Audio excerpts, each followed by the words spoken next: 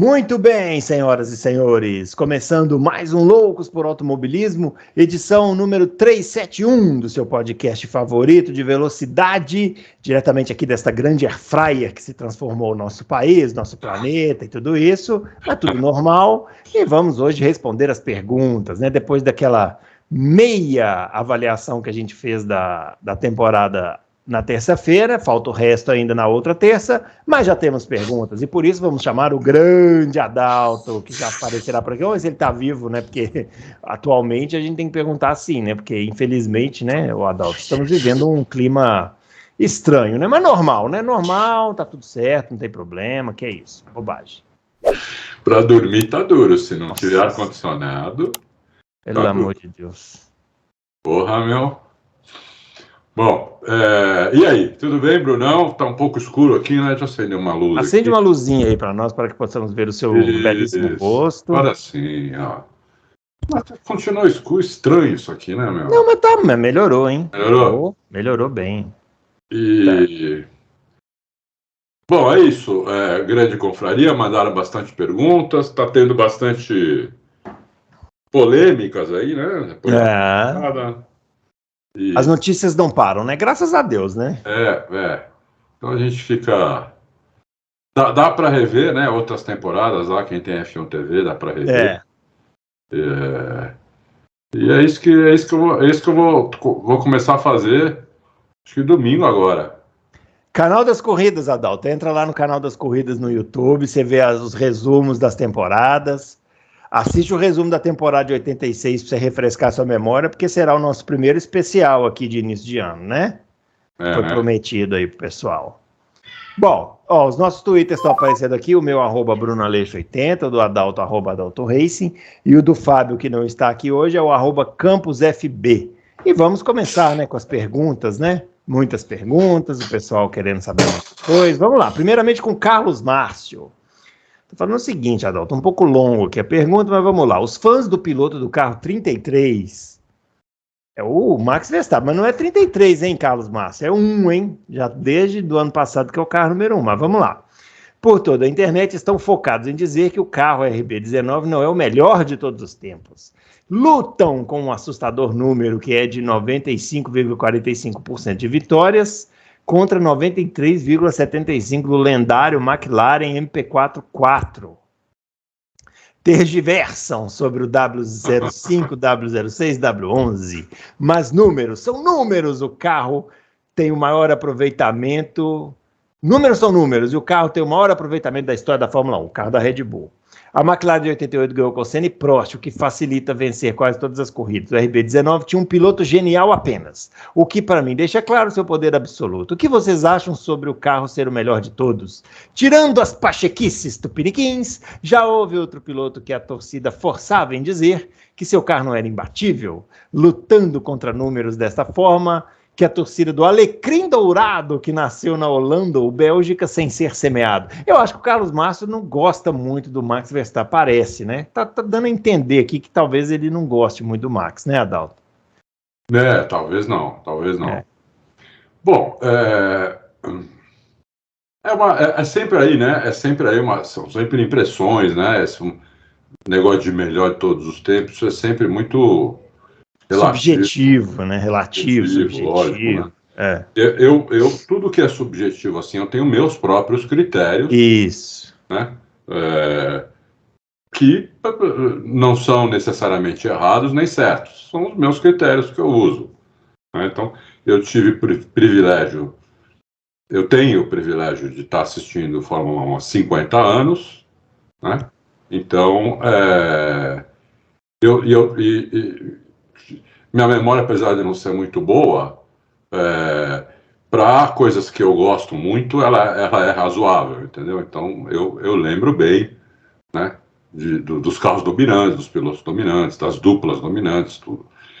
Na minha opinião, né, esse carro nem dá para comparar ele com a McLaren do Senna e do Prost, porque a McLaren do Senna e do Prost, que também só não ganhou uma corrida, ela tinha Senna e Prost. Sim. Enquanto a Red Bull tem Verstappen e Sérgio Pérez. Então você tem uma equipe que era antes, tinham 2 melhores pilotos do mundo, e agora você tem uma equipe que tem um dos 2 melhores pilotos do mundo e o outro é bem fraco.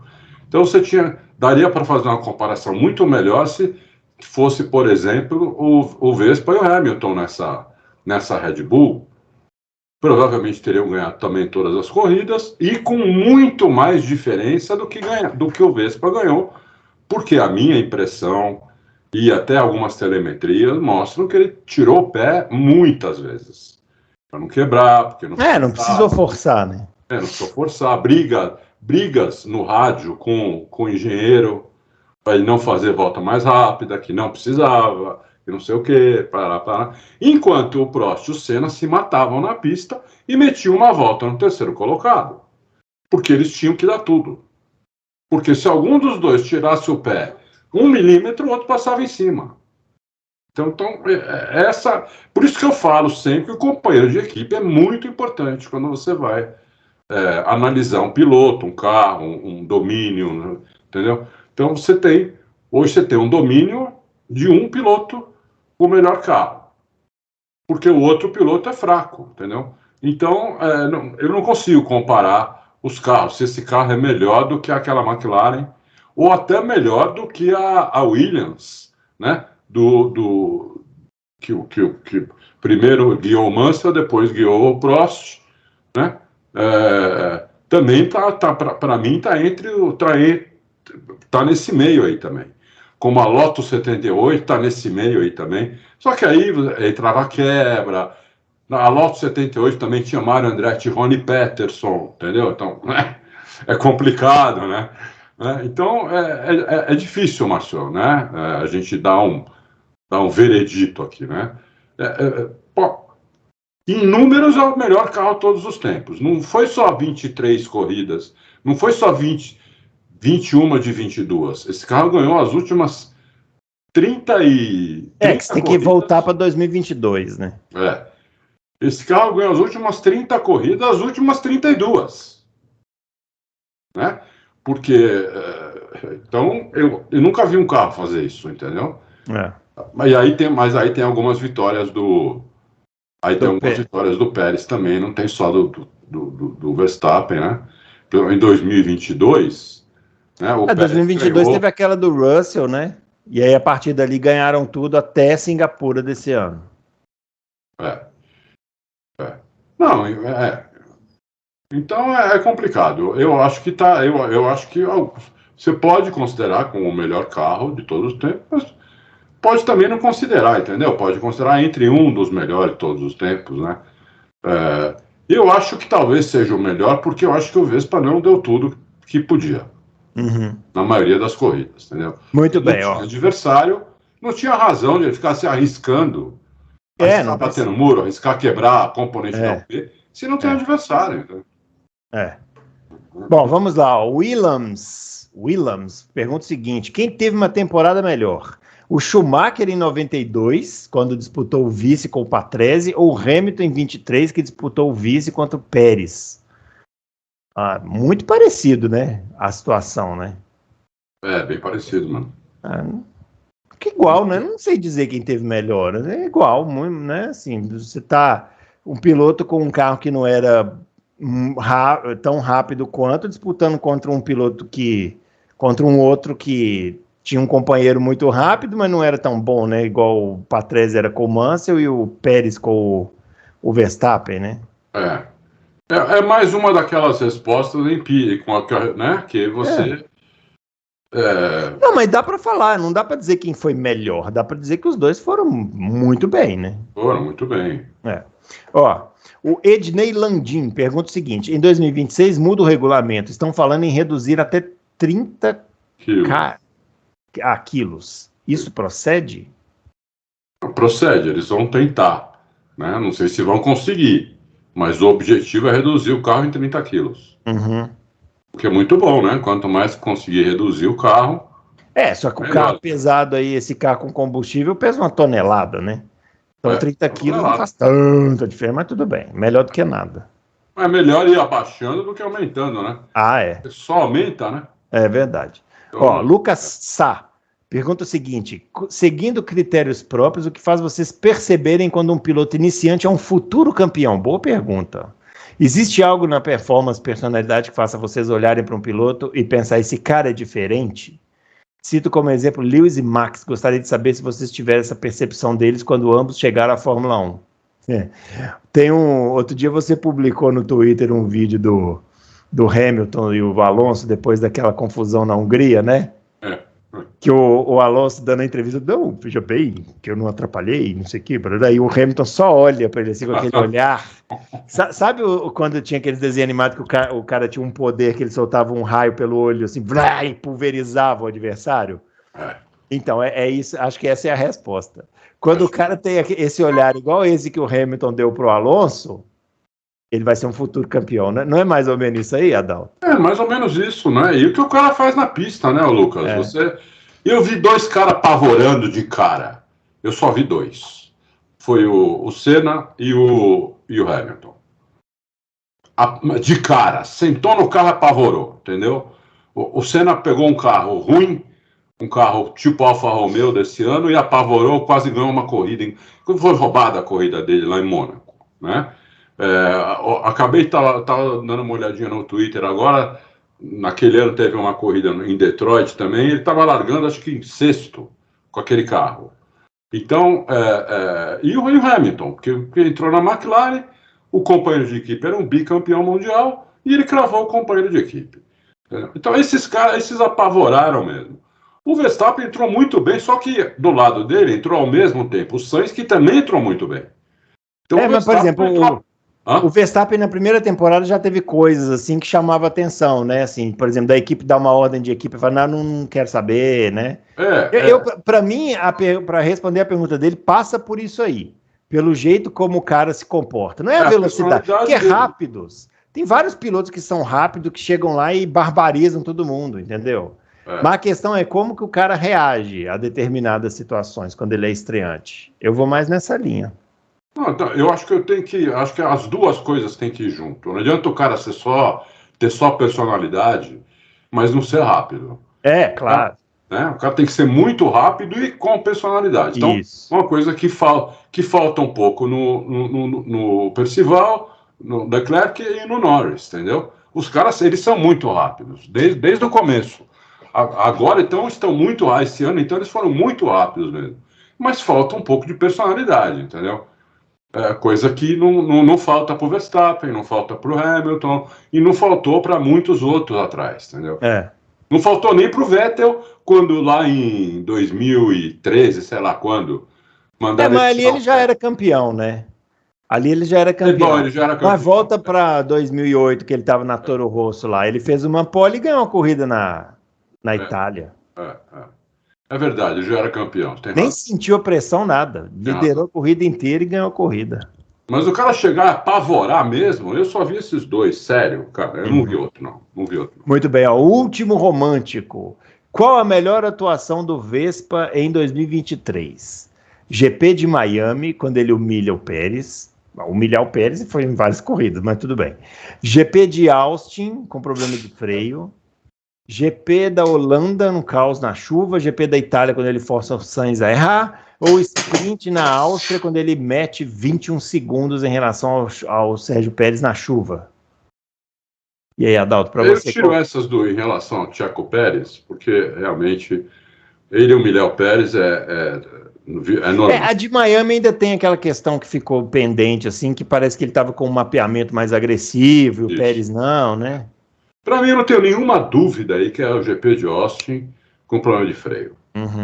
Eu não tenho nenhuma dúvida. Para mim, foi a melhor corrida do Vespa no ano, porque um problema de freio num carro de corrida, como nós falamos, né, acho que no Loucos dessa corrida aí, é uma das piores coisas que você pode ter, entendeu?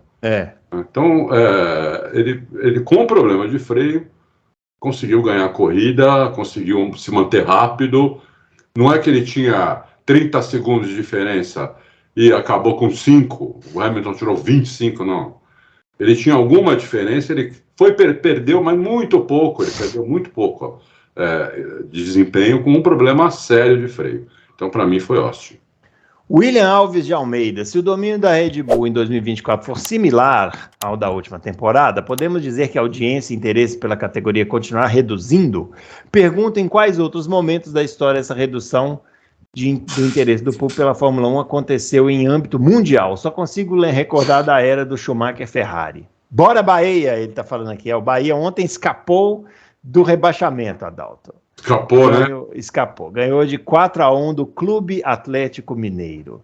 Nossa! O Clube Atlético Mineiro tem essa tradição. Toda vez que eles têm a oportunidade de rebaixar um adversário, eles tomam uma goleada. Não sei o que é isso. É alguma coisa que precisa ser estudada, assim, lá dentro. Talvez pegar, assim... Time foi rebaixado? Ontem foi rebaixado o Santos Futebol Clube. O Santos, foi né? Rebaixado, Poxa, que pena. Primeiro, Pelé morreu e o Santos foi rebaixado. Que ano, hein? E ainda foi rebaixado com o último gol, você viu isso? O último gol, o gol que eles tomaram foi do meio de campo, o cara chutou. Ainda com requintes de crueldade, né? Nossa, não vi. Cara, o Santos foi rebaixado com o gol que o Pelé não fez. Que coisa impressionante, né? O esporte proporciona histórias, assim, incríveis. Mas, torcedores do Santos, fiquem tristes não, viu? É assim mesmo, passa, depois volta, tá tudo certo, não tem problema. Quantos times já não caíram para a segunda divisão? Não vou nem falar desse assunto. Fala aí do domínio aí, da redução do interesse, aquela coisa toda. O domínio, assim, eu vi uma redução muito grande na Fórmula 1 quando morreu o Senna. Redução mundial, não foi só aqui. Porque o Senna era o último ali dos moicanos, né? Era o Piquet, Prost, Mansell e Senna. Sim. E todos já estavam fora, só tinha o Senna. Aí o Senna morreu. Ficou sem ninguém. Precisou de alguém para assumir o lugar do piloto dominante, do piloto. Aí acharam o Schumacher, que era um grande piloto, né? Mas não tinha adversário, né? Não tinha adversário, né? Então ficou sem adversário, então foi uma época, na minha opinião, uma época tenebrosa da Fórmula 1. Tenebrosa. Eu continuei assisti todas as temporadas, né? Mas foi tenebrosa. Tinha aquele pneu também, de bug. Era muito ruim, né? Era muito ruim mesmo. As corridas não tinham ultrapassagem. A aerodinâmica tomou conta total. Quando tiraram a eletrônica, a aerodinâmica tomou conta totalmente da Fórmula 1 e começou esse problema que temos até hoje, que eles vêm tentando reduzir. Então você imagina como era esse problema no meio da década de 90 para frente, né? O problema era muito grave mesmo. Tinha corrida que não tinha ultrapassagem, tinha corrida que tinha uma ultrapassagem. Então as corridas eram muito ruins, só ficou mesmo os fanáticos, né? Aí veio a Ferrari, e aí quiseram fazer do Schumacher, que era um grande piloto, super piloto, mas por ele que não fizeram quase nada contra a Ferrari para diminuir o domínio, né? Não fizeram praticamente nada. E a Ferrari tinha, assim, além do Schumacher, tinha a equipe técnica espetacular, engenheiro espetacular, segundo piloto tecnicamente espetacular, acertador de carro, tudo. Teve aquele domínio, né? Depois a Fórmula 1 ficou boa quando o Alonso começou a ganhar, porque o Alonso não ganhou dominando, ele ganhou disputando com o Schumacher. Sim. Né? Não foi um domínio, o Alonso não teve domínio. O que o Alonso teve foi disputa. Ele disputou em 2005 com o Kimi e 2006 com o Schumacher. Né? Em 2006 com o Schumacher. E ganhou as duas disputas. E 2007 foi uma disputa tripla, né? E 2008, aquela final espetacular, Massa e Hamilton aqui em Interlagos. Né? Então a Fórmula 1 foi muito boa nesses anos, aí, 2005, 6, 7, 8, 9, e acabou. Aí 10 começou o domínio. Não, 10 ainda foi bom, né, Adalto? Porque 10 ainda teve a disputa do 10 ainda Vettel com Weber, com Hamilton, com Alonso, aquela corrida final, né? Teve aquela corrida final que vários podiam ser campeões. Mas daí aí começou a piorar, né? 11, 12, 13, então nem se fale. Não, 12, eu estou muito advogado de mas 12 também foi bom, que o Vettel disputou com o Alonso, né? Só que aí depois teve um hiato aí de 12 até 21 sem nada. 9 anos não aconteceu nada. Teve disputa interna. Da Mercedes, mas não, é que a disputa da Mercedes ela foi só até um determinado momento, depois eles ficavam trocando, né? Trocação ali, um ganhava uma corrida, outro ganhava outra. Embate na pista mesmo entre o Rosberg e o Hamilton foi aquele na Áustria, né? Teve um na Bahrein. Espanha, né? Teve no Bahrein, né? No Bahrein 2014. Na Bélgica. Na Bélgica. Mas você vê, não é, né? Não é uma coisa assim, uma constante, né? São exceções. Teve alguns. Mas aquilo foi melhor do que a partir de 2017, quando o Rosberg não estava mais. É verdade. Entendeu? Porque 2017, 18, 19, 20, o Hamilton ganhou sozinho. Porque o Bottas, apesar de ser muito bom em classificação, né, então o Bottas fez bastante pole, o Bottas fez 20 poles nesse período. Bastante pole. Né? Mas em corrida não tinha páreo para o Hamilton. Então ficou fácil para o Hamilton. Né? Aí tivemos aquele campeonato espetacular de 2021 e nos últimos 2 anos foi um domínio absoluto, né, da Red Bull com Verstappen. E agora resta torcer para que o ano que vem seja melhor. Não tem o que fazer, porque só resta torcer. Só torcer e rezar.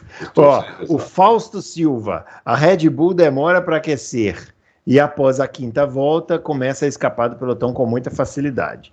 O que mais do conjunto mecânico sofre influência da temperatura a ponto de gerar ganho de desempenho? Sendo apenas pneus, o desempenho extra não seria resetado a cada parada de box? A expansão do comprimento dos braços de suspensão ou o tamanho do assoalho devido à dilatação por alta temperatura é algo que pode ser cogitado? Nossa Senhora. Fausto, eu acho que Adalto, isso aí é para você, viu? Não, acontece isso mesmo que ele está falando. Uhum. Mas eu acho que é tão pouco que eu não saberia medir isso daí. Não sei nem se dá para medir, entendeu? Eu acho que é mais assim, 99% aí é pneu. Né? Que é uma qualidade do carro. É uma qualidade do carro demorar um pouco para colocar o pneu na temperatura certa, mas o carro não fica lento antes disso. Ele só não fica muito rápido. Né? Você vê pelo número de poles que a Red Bull tem também, né, nas últimas 2 temporadas. Então, o carro, para mim, isso é uma qualidade do carro, entendeu? Ele é feito mais ele é pensado, inclusive o acerto dele. Eu falei isso aqui no começo do ano, no Loucos também, é só voltar lá, olhar. Eu falei, o Mate me disse que eles vão começar a fazer um acerto para corrida. Não fazem mais acerto híbrido, que é um acerto meio corrida, meio classificação, porque tem o parque fechado, né? Então você não pode mudar o carro. Como antigamente, o carro era um para classificação, outro para corrida. Desde a adoção do parque fechado, que já faz 15 anos isso? Nem sei. Eu acho que foi no... não, tem muito mais. Isso foi no início dos anos 2000, né? Acho que sim. Sabe quando foi? Eu acho que foi quando eles colocaram aquela classificação de uma volta só. Aí você fazia a classificação, não podia mais mexer no carro. Eu acho que foi aí. 2003, 20 anos. 20 anos. Aí as equipes começaram a fazer um acerto híbrido. A Red Bull viu que, não, vamos fazer um acerto de corrida porque o carro vai ficar melhor. A corrida é que dá ponto, classificação não dá. Não? Então, se não largar em segundo ou terceiro, vai passar o adversário na corrida, entendeu? Então, fizeram isso e eu acho que mais é pneu aí, né? Entender o pneu, o carro é feito para esses pneus aí e o Vespa sabe usar o pneu também, né? Coisa que ele não sabia antes, uma coisa que ele aprendeu, né? O Vespa era um destruidor de pneu até 3, 4 anos atrás, e não é mais. Hoje você vê a tocada dele, né? Ele não força muito nas curvas, ele freia um pouquinho antes, né, dos outros, já volta o volante rápido, já volta no acelerador. Então você vê que ele aprendeu a usar os pneus também, né, a favor dele. Então isso ajuda também. Vamos lá, o Anderson Martins, o que acharam das 6 pistas escolhidas para serem sprint, né, em 2024, né? Tá falando que ele, na opinião dele, só Áustria e Interlagos fazem sentido. Ó, vai ser o seguinte, ó, China, que a gente não sabe nem ainda se vai ter corrida, tá confirmado, mas não sei, né? China, Miami, Áustria, Estados Unidos, Austin, né? Brasil e Catar. Olha, eu não entendi Miami, francamente. Pista de rua a gente fica meio naquela, né? É uma pista de rua que não é muito boa, não é tão boa assim como, por exemplo, Las Vegas. Las Vegas seria muito melhor fazer isso do que Miami, entendeu? Eu não sei porque escolheram Miami. Deve ser mais uma coisa comercial do que esportiva. Eu não teria escolhido Miami, eu teria colocado Las Vegas. Xangai eu gostei. Gostei também de terem tirado Imola, né? Porque é uma pistinha vagabunda. Mequetrefe. Mequetrefe. Eu chamava o Mika Hakkinen de Mequetrefe. Mequetrefe. Sacanagem. Mika Hakkinen não tem nada de Mequetrefe. Para com isso. Ora. É isso, achei isso. Você também, Bruno? Também. Agora, Catar, pessoal. Catar.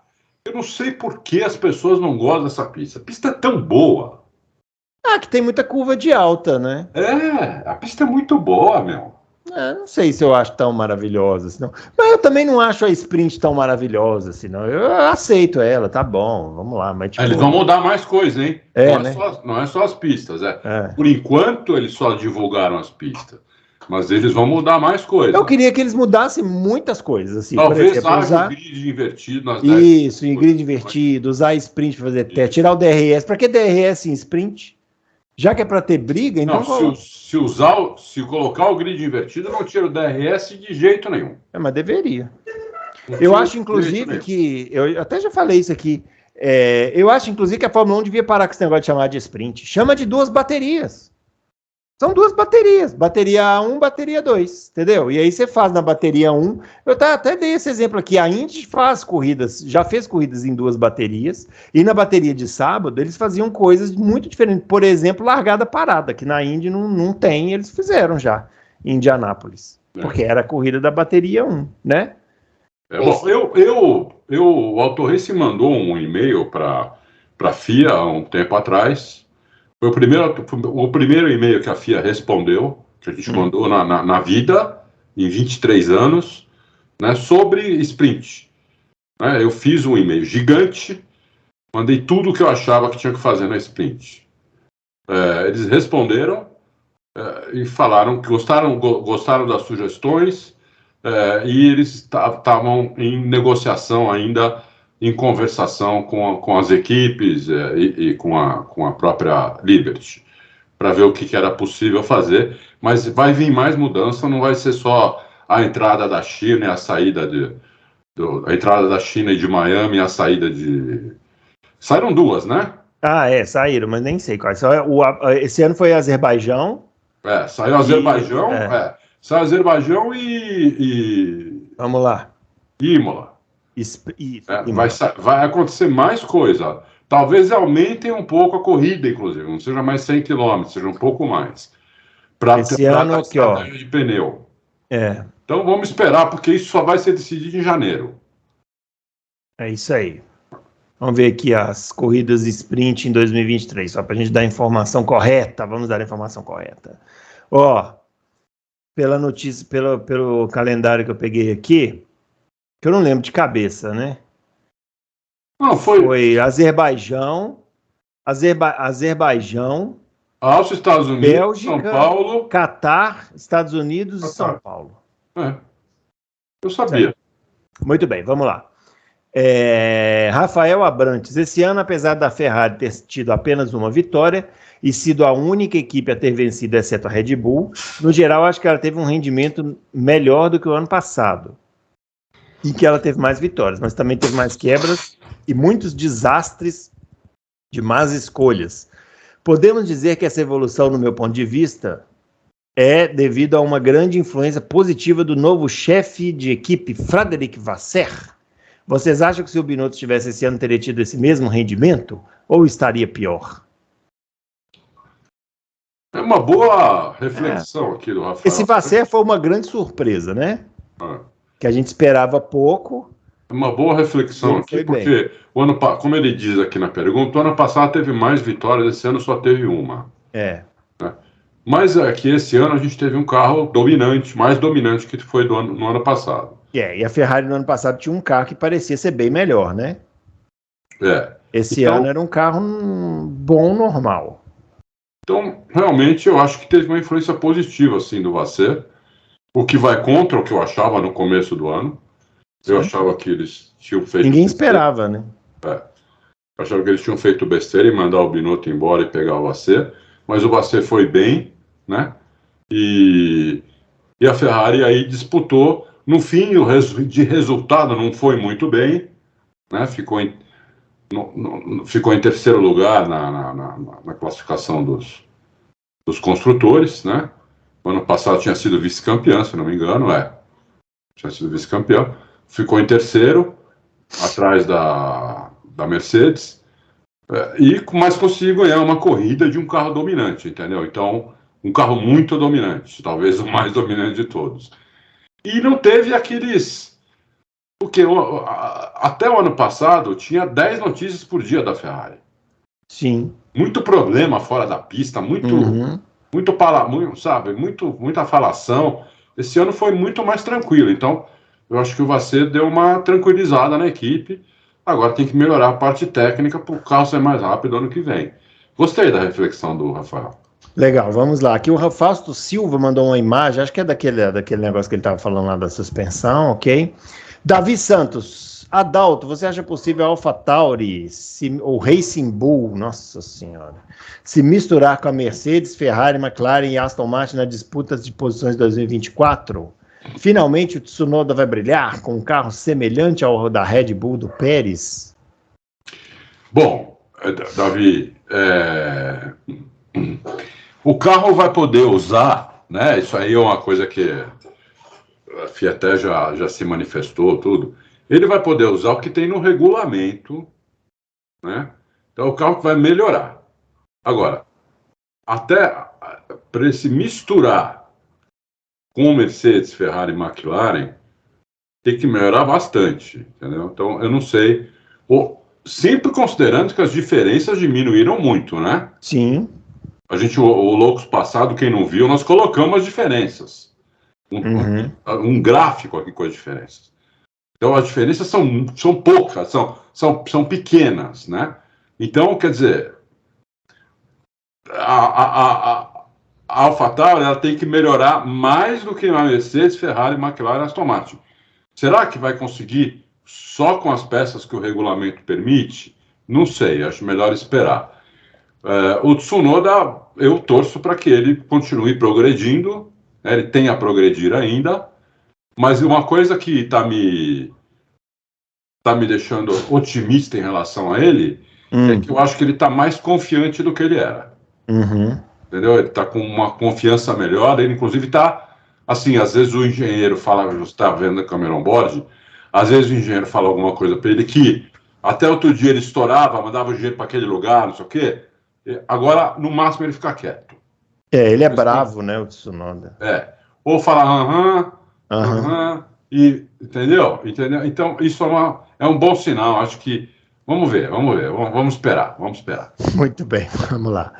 Mestre Stifler, minha pergunta, a Red Bull chegou a um nível tão alto que para batê-la, eles precisam, além de ter um carro rápido, ser mais eficiente em outras áreas, tipo acertar mais nas estratégias, pitstops e acertos certos para corridas, que erram com bastante frequência nesse ano. A Red Bull não.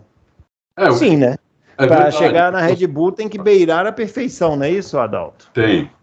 O que ele está falando é verdade, porque você vê, nós tivemos a Red Bull sempre em primeiro, mas em segundo a gente teve épocas de Aston Martin, de McLaren, de Ferrari e de Mercedes. Né? Então, fazendo assim, uma gangorra, né? Então, realmente, as outras têm que melhorar mais na questão de estratégia. Pit stop, a McLaren melhorou muito, ficou com os 2 melhores pit stops do ano. Né? E na média, muito boa também. Então, mas a Mercedes, por exemplo, precisa melhorar em pit stop. Não é muito boa em pit stop, né? Estratégia às vezes comete alguns erros. Mas é que a gente também não sabe se o erro é estratégico ou se quando põe um pneu novo o carro muda demais, entendeu? Então a gente fala, pô, não devia ter parado, ou devia ter parado 2 voltas atrás. Então é difícil, mas tem que melhorar em todas as áreas, não tem dúvida, porque a Red Bull está mostrando excelência em todas as áreas. O De Souza, os mecânicos que ficam na parte do lado da garagem do Max, eles podem ajudar o Sérgio Pérez em relação ao acerto do carro? Caso o mexicano tenha alguma dificuldade com a sua equipe de mecânicos que ficam ali? Pode, né? É só não deixar o Max saber. Eu acho que não, porque se o Pérez pedir isso, ele perde os mecânicos dele. Isso aí é o seguinte, De Souza, é igual traição no casamento. Isso. Você pode até fazer, mas não deixa o cônjuge ficar sabendo, né? Não deixa o cônjuge dizer, aí tudo bem, agora se ele ficar sabendo, aí vai ficar ruim para você, entendeu? Fica bem ruim. Se eu fosse ele, eu não faria isso. É melhor não. Melhor não, sempre, né? Melhor. Até porque pega a telemetria, né? Estuda com os engenheiros deles, mecânicos deles, a telemetria, isso pode fazer. Isso eles fazem. Estuda a telemetria, o que nós não estamos entendendo aqui? Tem alguma coisa que está pegando aqui que nós não estamos entendendo. Tem que chegar nesse ponto. Muito bem, o Dé Almeida, mais alguma equipe está para trocar de fornecedor de motores além da Aston Martin e a Sauber? Alguma novidade sobre a Porsche? É de graça assistir as corridas de kart do Bruno Interlagos? Esse ano foi tão ruim que acabaram as perguntas. É verdade, não tem mais pergunta, né, senhor Dé Almeida? É de graça, você pode entrar lá no cartódromo, não cobra ingresso, não. E é bem legal, viu? Porque você vai ver várias corridas, né? Isso, tem várias. Pode ir lá e correr, inclusive, se quiser. Agora, Odé, deixa para ir assim de maio até agosto. Isso. Né? Então você sofre lá no calor, né? Porque, nós pegamos um calor lá domingo que você não faz ideia o calor que tava, meu. Uau, ainda bem que peguei uma sombrinha ali. Se tivesse ficar no sol, não sei se... não dava. Não dava. No sol fiquei eu lá, andando de carro. Vai ter mais alguma troca de motor, Adalto? Que eu saiba, não. Não, muito bem. Elvis Gomes, Bruno Gugelmin e Adalto Katayama. Aí sim, aí me dei bem. Digito agora da praia de Ponta Verde, em Maceió, bebendo uma latinha gelada. Nossa, que inveja. Aí foi foda, viu? Fiquei até triste agora. Feliz por você, Aí invejei.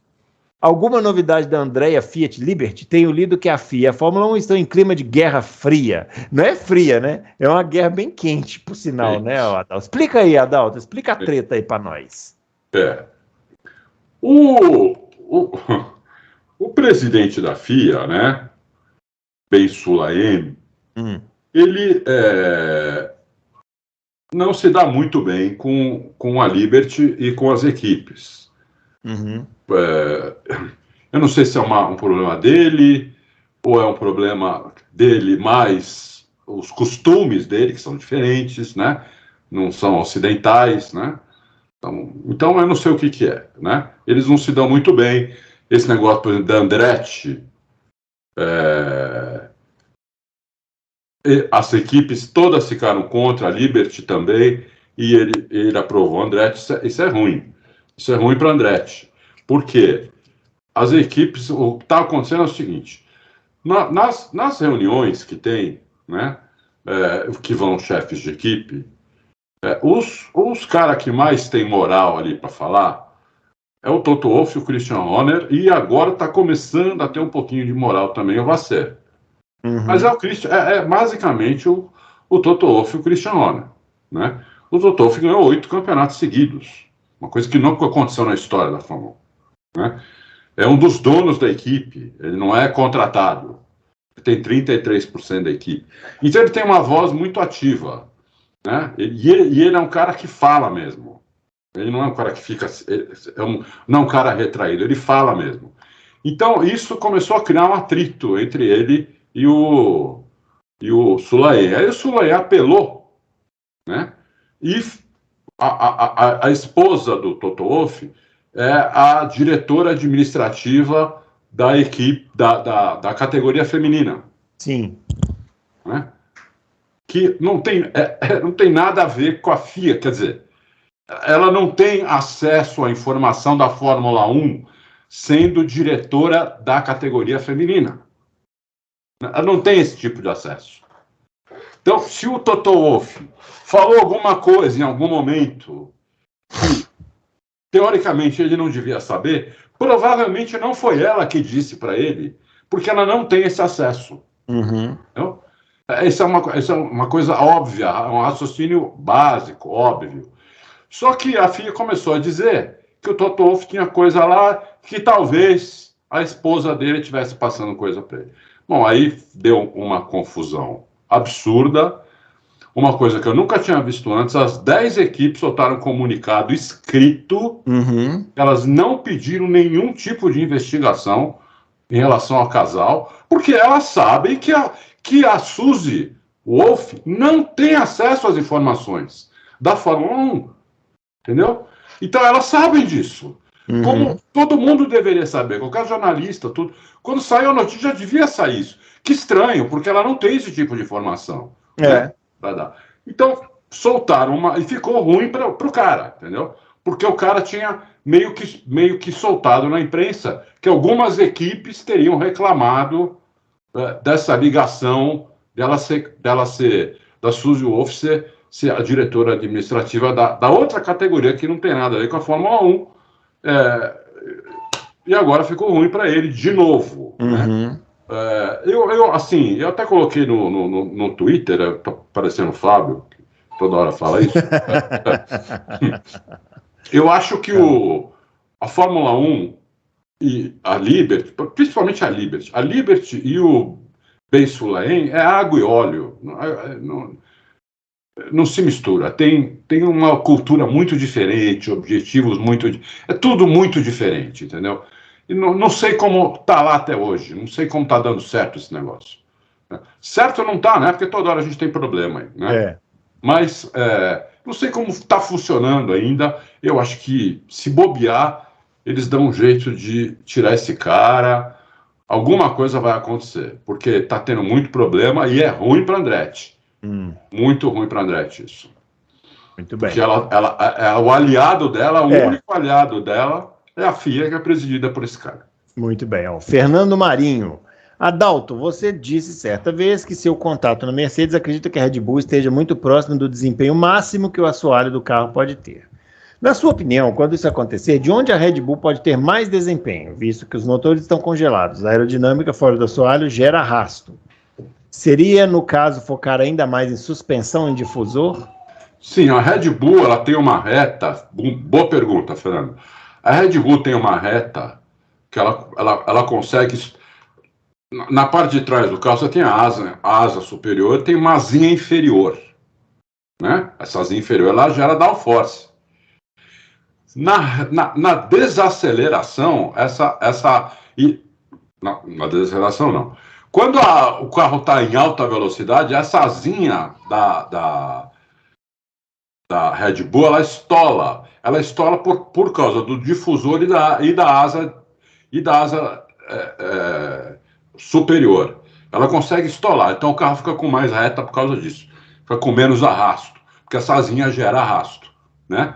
Ela está lá para gerar downforce, mas tudo que gera downforce também gera arrasto. O que gera menos arrasto é o assoalho. Então, a Red Bull tem esse... Além do assoalho, ela tem essa reta, que é melhor que as outras, muito por causa disso. O motor Honda também é muito bom, a turbina do motor Honda é a melhor, mas ela tem esse menos arrasto em reta, por causa dessa asinha. Então, é uma coisa que as outras não conseguem fazer, porque depende do assoalho. O assoalho e o difusor da Red Bull é uma coisa só. Quando a gente viu as fotos, né? Quando mostrou as fotos do Pérez, lá em Mônaco e não sei mais aonde, levantando o carro, você via que o assoalho e o difusor era uma coisa só. Né? Parecia uma peça só, inclusive. Lógico, se a imagem, se você conseguir no detalhe, talvez não seja uma peça só, mas é tão bem encaixado que parecia uma coisa só. Entendeu? Então, precisa fazer isso, precisa conseguir chegar no desempenho que esse assoalho com o túnel Venturi consegue gerar, né? Que o Dude acha que está no limite, está muito próximo do limite, né? Eles não sabem quanto, mas acham que está muito próximo do limite. E aí começar a desenvolver outras coisas. Suspensão, como você falou também. A Mercedes vem com suspensão nova o ano que vem, tanto na frente quanto atrás, né? Hoje, os dois únicos carros que usam suspensão pull rod na frente e push rod atrás é a Red Bull e a McLaren. A McLaren acabou o ano, dá para dizer que a McLaren acabou o ano como o segundo carro mais rápido, né? Inclusive, as apostas já estão abertas para o ano que vem, né, para quem vai ser o campeão, e o Max Verstappen disparado na frente, quem apostar dele ganha 1,25, né? Então, ou seja, não ganha, né? Uhum. Em segundo, sabe quem está em segundo? Adivinha? O Lando. É o Norris. Isso. É o Norris. Pagando 7 vezes. 7 ou 8 vezes. Depois que vem o Hamilton pagando tipo 10 vezes. Entendeu? Então, a McLaren conseguiu melhorar o carro 1 segundo durante o campeonato. Eu nunca tinha visto isso. Realmente foi impressionante. Isso eu nunca tinha visto, entendeu? É. Então, se melhorar 1 segundo para o próximo campeonato, tanto a McLaren, quanto a Mercedes, quanto a Ferrari, ou uma delas, ou as 3 delas, nós vamos ter um campeonato. Nós vamos ter um campeonato. Tomara, Deus te ouça. Tomara, resta rezar, entendeu? Resta rezar. Ó, Éder no Quebec, não vou fazer pergunta, mas uma sugestão. Caso vocês e os ouvintes não tenham assistido, recomendo muito ver a série no canal YouTube da Porsche. Se chama Michael Fassbender, Road to Le Mans. Tem 3 temporadas, mais um filme. É a melhor série disparada para entender como o automobilismo é mágico e cruel ao mesmo tempo, mostrando como uma pessoa normal sofre para ser rápido como um piloto profissional. Eu já anotei aqui. Muito bem, anotado então. Obrigado pela dica. Muito obrigado pela dica. André Pedro, estava vendo os vídeos do Quali de Jerez de la Fronteira de 1997, onde 3 pilotos cravaram ao mesmo tempo. Foi erro ou uma baita sorte? Erro? Não, foi talvez a classificação mais espetacular da história da Fórmula 1. Para quem não coincidência absurda. Para quem não sabe, isso aqui foi a última corrida de 97. Estava disputando o campeonato Schumacher e o Villeneuve. Eles fizeram exatamente o mesmo tempo de classificação, todos os milésimos, décimos, centésimos, pentelésimos. Quem foi o terceiro? E aí depois o terceiro foi o Frentzen, que foi lá e fez o mesmo tempo. Foram os 3 primeiros colocados, largaram com o tempo exatamente igual. Uma coisa absolutamente que nunca mais existiu e talvez não volte a existir, né? 3 não, mas esse ano aconteceu 2. Eu não lembro agora. Eu não lembro, aconteceu? Aconteceu. Teve 2. Eu não lembro que corrida foi. É que nesse caso ainda foi para os 3 primeiros colocados, né? Incrível. O segundo e o terceiro colocado. É impressionante mesmo. Impressionante. Isso é uma coisa que eu acho que não vai mais acontecer mesmo. Difícil acontecer. E para quem não sabe, a regra nesse caso é o seguinte: quem faz o tempo primeiro. Isso, quem larga na frente. Larga na pole. Muito bem, vamos lá. Paulão pergunta o seguinte: por que proibiram pilotos de treinar em pistas tipo de quando na época do Schumacher ele treinava bastante na pista de Fiorano e hoje em dia não pode ter mais? Custo, né? Custo. Por causa de dinheiro, só por causa disso. Custo, e aí os caras pegaram e padronizaram a pré-temporada. Uma semana, a pré-temporada virou uma coisa padronizada. E agora só tem 3 dias de pré-temporada. Também. É isso aí.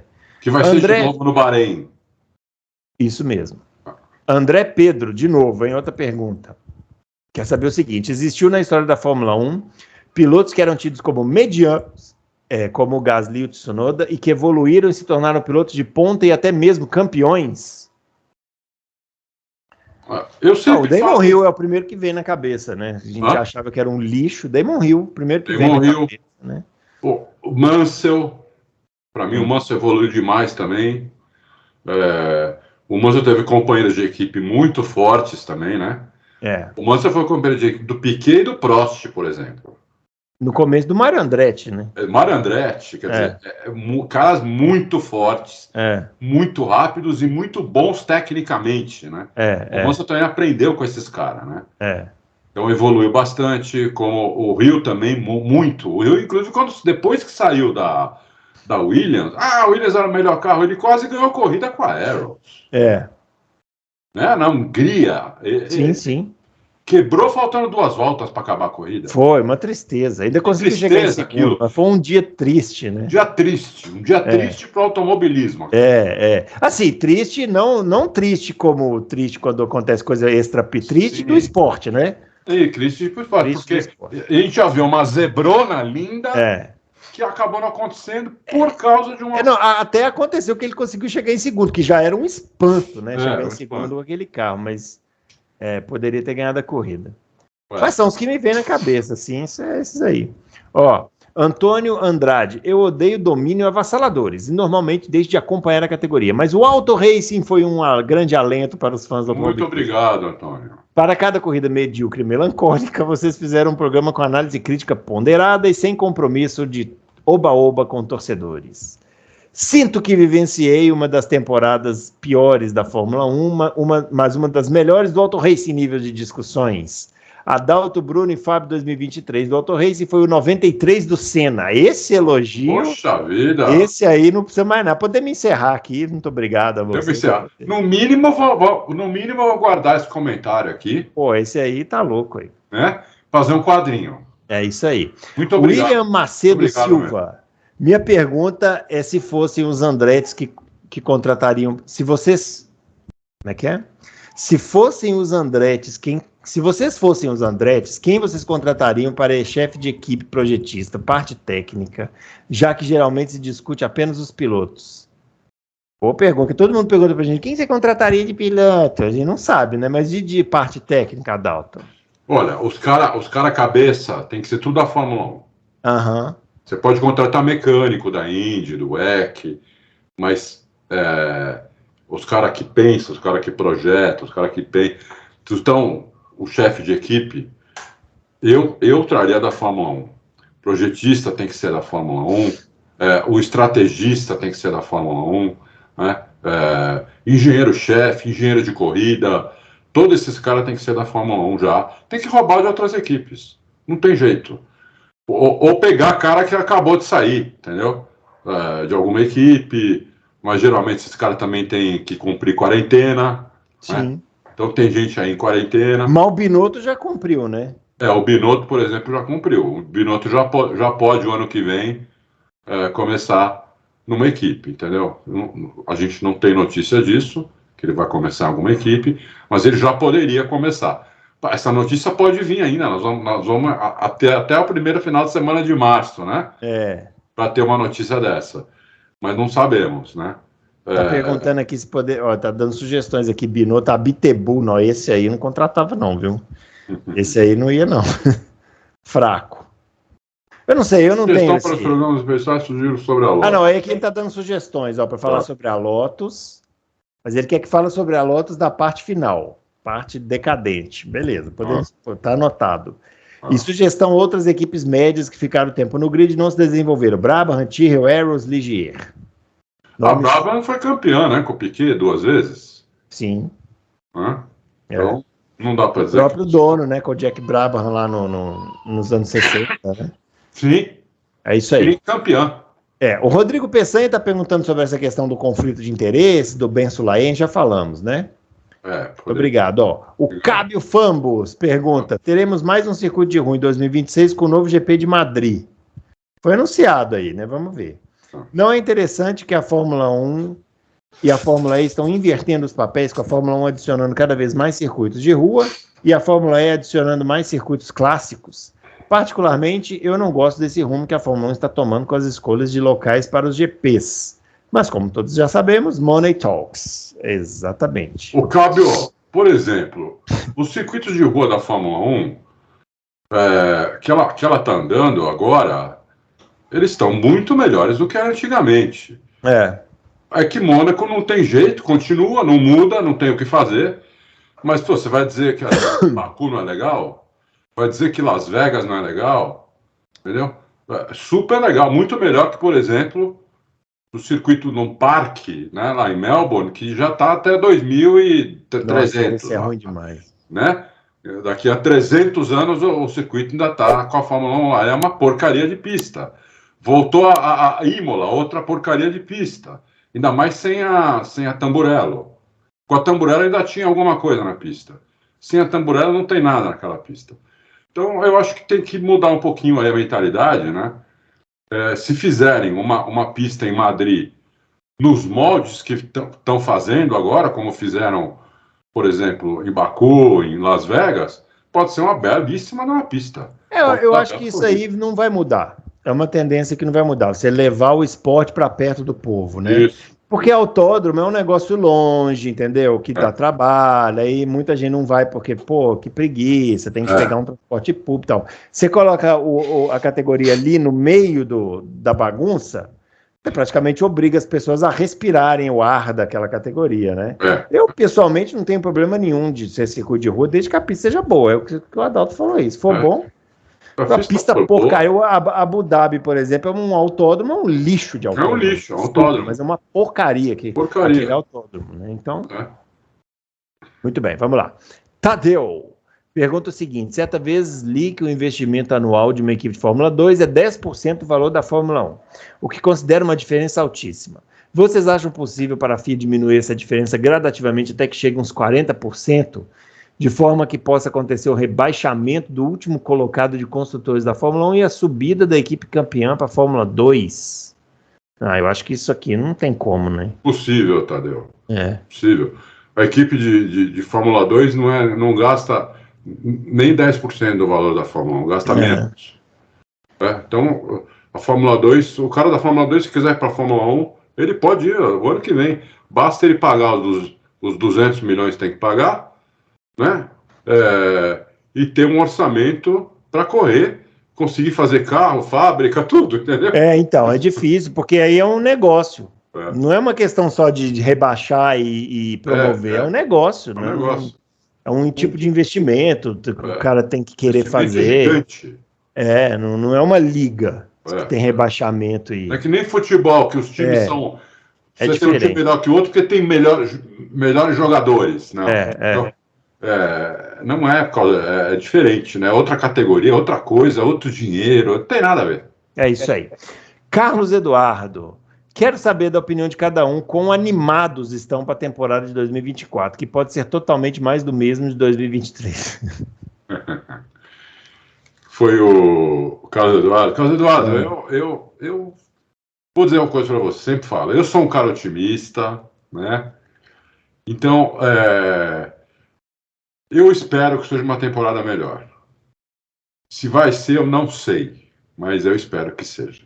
Eu estou esperando uma temporada melhor, porque se eu esperar uma pior, ou no mesmo nível, vai ser dose, porque são 24 corridas, eu vou trabalhar igual um cavalo, né? São 24 finais de semana sem família, eu e o pessoal do Auto Racing, né? Sim. Em final de semana de Fórmula 1, a gente trabalha em 4 no site. 3 ou 4. E a gente o dia inteiro, entendeu? À noite também. Porque. Então, eu espero que seja melhor. Porque você trabalhar, ficar sem ver a família, para ver uma porcaria, não tem coisa pior. Você acaba de ver a corrida, que pode ter sido uma porcaria. Desliga a televisão, e vai pra piscina, vai pra praia, vai tomar cerveja com os amigos, vai ver os filhos. Eu não, cara, eu tenho que voltar aqui e trabalhar, entendeu? Então é complicado. Eu espero que seja melhor. Muito bem. Eu não estou muito animado, não, mas vamos lá. Sinkheader pergunta aos mestres se essas aberturas que serão feitas nos carros de 2024 para ventilação do piloto poderão fazer o Newey conseguir ainda mais décimos de segundo para a Red Bull. Sim, sempre pode. É uma boa pergunta, cuja resposta eu não tenho. Mas é tão pequeno essas aberturas aí que eu não sei quanta diferença isso pode fazer, entendeu? Mas pode fazer alguma diferença. Você soma todas as coisinhas pequenas, né? Dá uma coisinha grande. E hoje a gente viu pelo gráfico da semana passada que 1/10 já está fazendo muita diferença. 1/10 já está fazendo muita diferença. Coisa que não fazia antes. Antigamente o cara ficava 1/10 atrás e falava, é o mesmo tempo, é a mesma coisa. Cara de igual. Hoje 1/10 está colocando o cara em terceiro e o outro 1/10 atrás pode estar em oitavo. É isso. Entendeu? Então, quer dizer, vamos ver o que o Nui vai fazer. Mas, assim, o cara também não é... O cara é bom, o cara é gênio, mas, assim, não faz mágica, né? Vamos ver. Alguém pode ter uma ideia melhor para um negócio desse, por exemplo. É isso aí. Nunca teve antes. Diego Silva. Será que o estilo único de pilotagem do Verstappen talvez seja o fator-chave capaz de extrair o verdadeiro potencial dos carros da Red Bull desde 2018, principalmente depois das declarações do Alex Albon em um podcast? Não tem dúvida que sim. Assim, é difícil você comparar, né, o Vespa tanto com o Albon quanto com o Gasly, porque eles tiveram pouca chance. Agora, o Sérgio Pérez, ele já andou em 2021, andou em 2022, andou em 2020, está indo para o 4º ano na Red Bull. Red Bull. Então não tem comparação com os outros que andaram 1 ano. E foram chutados. Na minha opinião, andaram melhor do que o Pérez, inclusive. Né? Andaram melhor do que o Pérez. E foram chutados. O Gasly não sei, hein, Adalto? O Gasly foi bem mal na Red Bull, hein? O Albon, tudo bem, mas o Gasly não sei, não. Não, eu acho que foi melhor. A minha lembrança é que foi melhor do que o Pérez. E outra, eu aposto com você, Bruno, uma coisa impossível. Mas eu aposto.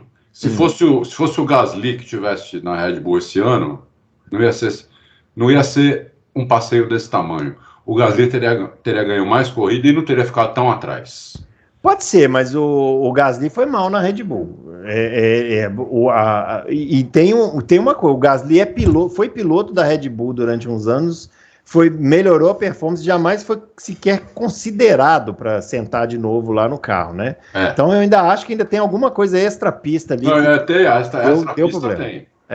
Alguma coisa ali que não casou ali, que não ficou legal. Extra-pista tem. O Gasly falou para o Helmut Marko que ele não queria mais guiar um carro que era feito para o Verstappen. Né? E parece que o Adrian Newey estava perto quando ele falou isso. Sei. É famoso essa briga aí. A partir desse dia, o Gasly não andou mais nada. Mais nada. Né? E o Albon falou que lá... Eu perguntei para o Albon, aí não é uma entrevista que ele deu para terceiros. Foi para mim, está escrito, eu coloquei. Ele falou a diferença é o seguinte, lá na Williams eles fazem basicamente o que eu quero no carro. Na Red Bull não, o carro vem meio que pronto, você quase não pode mexer no carro. Entendeu? Então, o Vespa se adaptou muito bem, pelo jeito. A tocada do Vespa é maravilhosa, eu não tenho dúvida. Eu já falava isso desde 2019, escrevi que ele era um animal, não tenho dúvida. Sabe guiar um carro arisco, né? Eu vi, inclusive, essa semana, ele participando de uma corrida lá nos Estados Unidos, de simulador, naquela pista que nem usa lá, mas esqueci, que fica na Flórida, pô. Aquela pista famosa, pô. Que os caras vão fazer teste na Índia. Homestead? Não é oval. Não, é porque Homestead tem a parte mista também, mas tudo bem, não é essa. É outra. Não sei. Ele estava participando do GT, era uma corrida de WEC e ele estava na categoria GT. Inclusive ele largou em último e só na largada ele passou, sei lá, uma meia dúzia. Entendeu? E aí ficou atrás e muito legal ver isso daí, né? Você vê como a tocada dele é bem... É muito... Ele faz o negócio parecer muito fácil. Faz o negócio parecer muito fácil, é impressionante. É isso aí. Então eu acho que a tocada do Verstappen tem muito, não tem dúvida nenhuma, que tem muito aí do Verstappen. Não é à toa que ele pôs meio segundo no Pérez a temporada inteira. A média é meio segundo mais rápido em corrida. Entendeu? Meio segundo hoje na Fórmula 1 é uma semana. Isso. É isso aí, ó. Vamos lá. O Antônio Carlos Melo. Boa tarde. São 4 os fornecedores de motor, devido à importância que os pneus assumiram. Atualmente, acredito que também deveríamos ter mais fornecedores de pneus, como já ocorreu no passado. Gostaria da opinião sempre bem abalizada do Auto Racing. Guerra de pneus, Adalto, e aí? Então, Antônio Carlos, tem aí o problema é o seguinte, né? Se você tem 2 fornecedores de pneu, você tem uma guerra de pneu, o pneu melhor dá uma diferença muito grande para o outro. Entendeu? Então fica muito complicado você ter isso. Eu não sou a favor de ter dois. É que assim, a guerra de pneu impede que a Fórmula 1 ela formate o pneu do jeito que ela acha melhor, né? Ela não pode virar para uma fornecedora igual ela faz com a Pirelli e falar assim, Pirelli, eu quero para o ano que vem um pneu que desgaste assim, assim, assado. Se tiver uma guerra de pneus, a fornecedora vai falar assim, que se lasque, eu vou fazer um pneu lógico, que vai ser assim, vai transformar o carro numa nave espacial, né? Uma nave espacial, entendeu? Então, você, por exemplo, na época que teve a Michelin e a Bridgestone usava a Ferrari para desenvolver o pneu dela. O pneu, na verdade, era um pneu para a Ferrari e os outros que se virassem com aquele pneu. Ela só tinha, acho que, 3 equipes, a Ferrari mais 2, se não me engano. Que foram as que correram em 2005, né? Era a Ferrari, a Jordan e a Minardi, eu acho. Isso. As outras que se virassem com aquele pneu lá, que era um pneu feito para a Ferrari. Entendeu? Então, é complicado. Eu acho bem complicado. Eu acho que o pneu tem que ser um só. Muito bem. Murilo Carvalho. Muitas pessoas comparam o talento do Max Verstappen ao do Schumacher. E, na minha opinião, essa comparação procede devido ao estilo de carros que ambos gostam de guiar. Mas vejo uma clara diferença. Schumacher, às vezes, cometia erros, cometia overdrives. Tanto é que sempre que disputou o título na última corrida do ano, ele cometeu erros. Austrália 94, Europa 97, Japão 98, Japão 2003. Já o Verstappen, raramente se vê ele cometendo algum erro. Então, a capacidade de não cometer erros do Verstappen é maior que a do Schumacher. Quer saber a sua opinião, Adalto? Olha, em tese, eu concordo com ele. Porém, a gente precisa ver o Verstappen tendo que competir com alguém do nível parecido. Eu acho que a comparação pode ser feita com 2021, que ele disputou e não quebrou, né? Não cometeu erro. Não cometeu erro, foi muito bem. Então, se você olhar só 2021, realmente o Verstappen é muito forte mentalmente. Muito. É uma grande característica do Verstappen. Não sei em relação às outras, para fazer a comparação com o Schumacher, tem muitos quesitos, mas nesse quesito, realmente, ele é melhor. Ele é muito forte mesmo. Teve uma corrida ano passado que ele rodou. A Hungria, né? Ele deu um 360, perdeu a posição. Na volta seguinte, ele já recuperou. Ele não quebra. O Verstappen não quebra. Entendeu? Então, nada abala ele, é incrível. É incrível. O mental do Verstappen é muito forte. Isso é uma coisa muito a favor dele em disputa. Né? Enquanto o outro, o coração vai aqui na garganta, e parece que o dele não sai do lugar. O próprio Abu Dhabi, vamos falar de Abu Dhabi de novo. Ei, Abu Dhabi!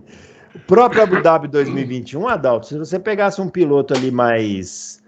Cara, mesmo com aquela vantagem toda que ele tinha do pneu, imagina a pressão. Você em segundo tendo que ultrapassar o cara na sua frente, que é simplesmente 7 vezes campeão do mundo. O cara, para dar uma errada ali, é um trisco, né? E o Verstappen quis nem saber, passou por cima, depois defendeu lá que o Hamilton tentou voltar e foi embora, não quis nem saber. Eu não dou nunca esse exemplo, mas tá bom. Não, mas, pensa, não é fácil, não. Tem piloto que podia senti a pressão ali, o Verstappen não sente, não. Ó, última pergunta.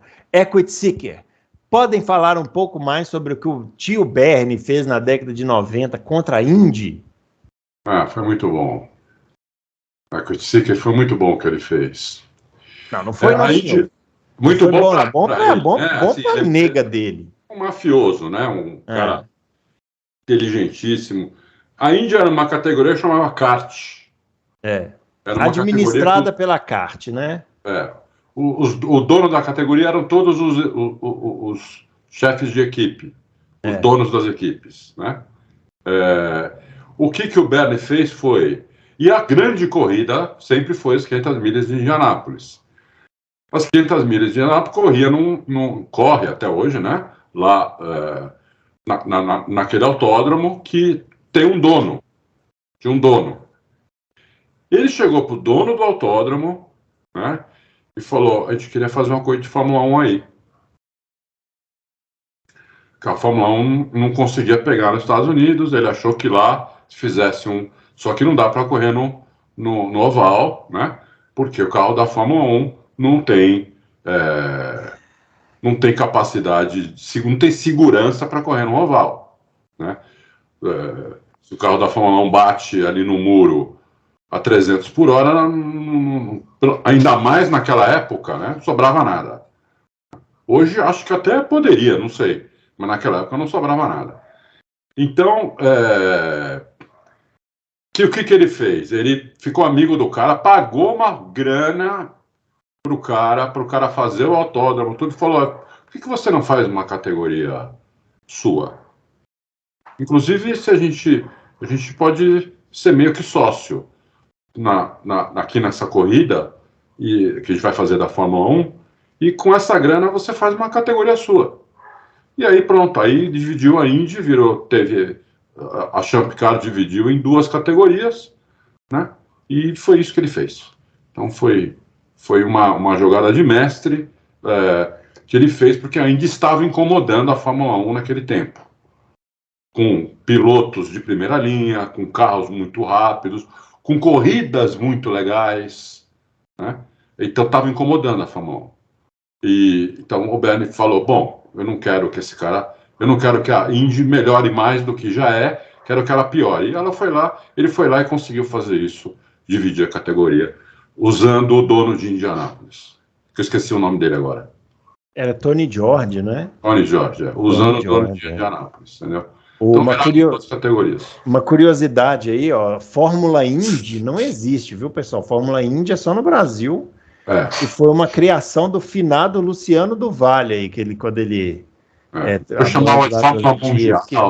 Não, é que na época que começou a transmitir, a Indy lá nos Estados Unidos, chama, sei lá, IndyCar, kart, sei lá, Aí ele chegou e falou, bom, isso aqui não vai pegar, né, vamos batizar de Fórmula alguma coisa. Ele botou Fórmula Indy para rivalizar com a Fórmula 1 e deu certo, né? E depois virou, aí quando teve essa separação aí os caras inventaram Fórmula Mundial, mas aí já, né, aí ficou um lixo, né? Diz que esse Fórmula Mundial foi sugestão do Emerson, né? Puta sugestão ruim, Emerson. Devia ter ficado calado. Devia ter deixado os caras que cuidam de marketing cuidar do negócio direito e dar um nome que prestasse, porque Fórmula Mundial foi fogo. Mas tudo bem, muito bem, ó. Terminando então, né, esse Loucos para o Automobilismo. Rapaz, está uns 40 graus aqui. Tá, não, essa chuva que caiu uma chuva aqui, tempo atrás, piorou 1000%, virou uma sauna. Se pegar uma pastilha de eucalipto e jogar ali, virou sauna. Sauninha gostosa. Muito bem, eu comecei o programa pesando 95 quilos e agora já baixei para 89, só de líquidos que eu perdi aqui fazendo o programa e parado, sem fazer parado, nada. Isso aqui parado. Eu tô suando aqui parado, meu. Isso, parado. Mas normal, viu, Adal? Normal. Para com esse negócio de ficar falando que tem aquecimento global, você está muito comunista. Isso está normal, temperatura sempre foi assim. Para com essa bobagem. Ó, então, finalizando esse Loucos, a gente volta na terça-feira para continuarmos a nossa retrospectiva, né, de 2019. 2023. Faltaram as 4 primeiras equipes, né? Faltaram as 4 primeiras equipes. As 3,5, porque a sua parte da Aston Martin já falou. Eu já falei. Né? Para mim é 3,5. Então, beleza. Um grande abraço para todo mundo e até o próximo voo. Valeu.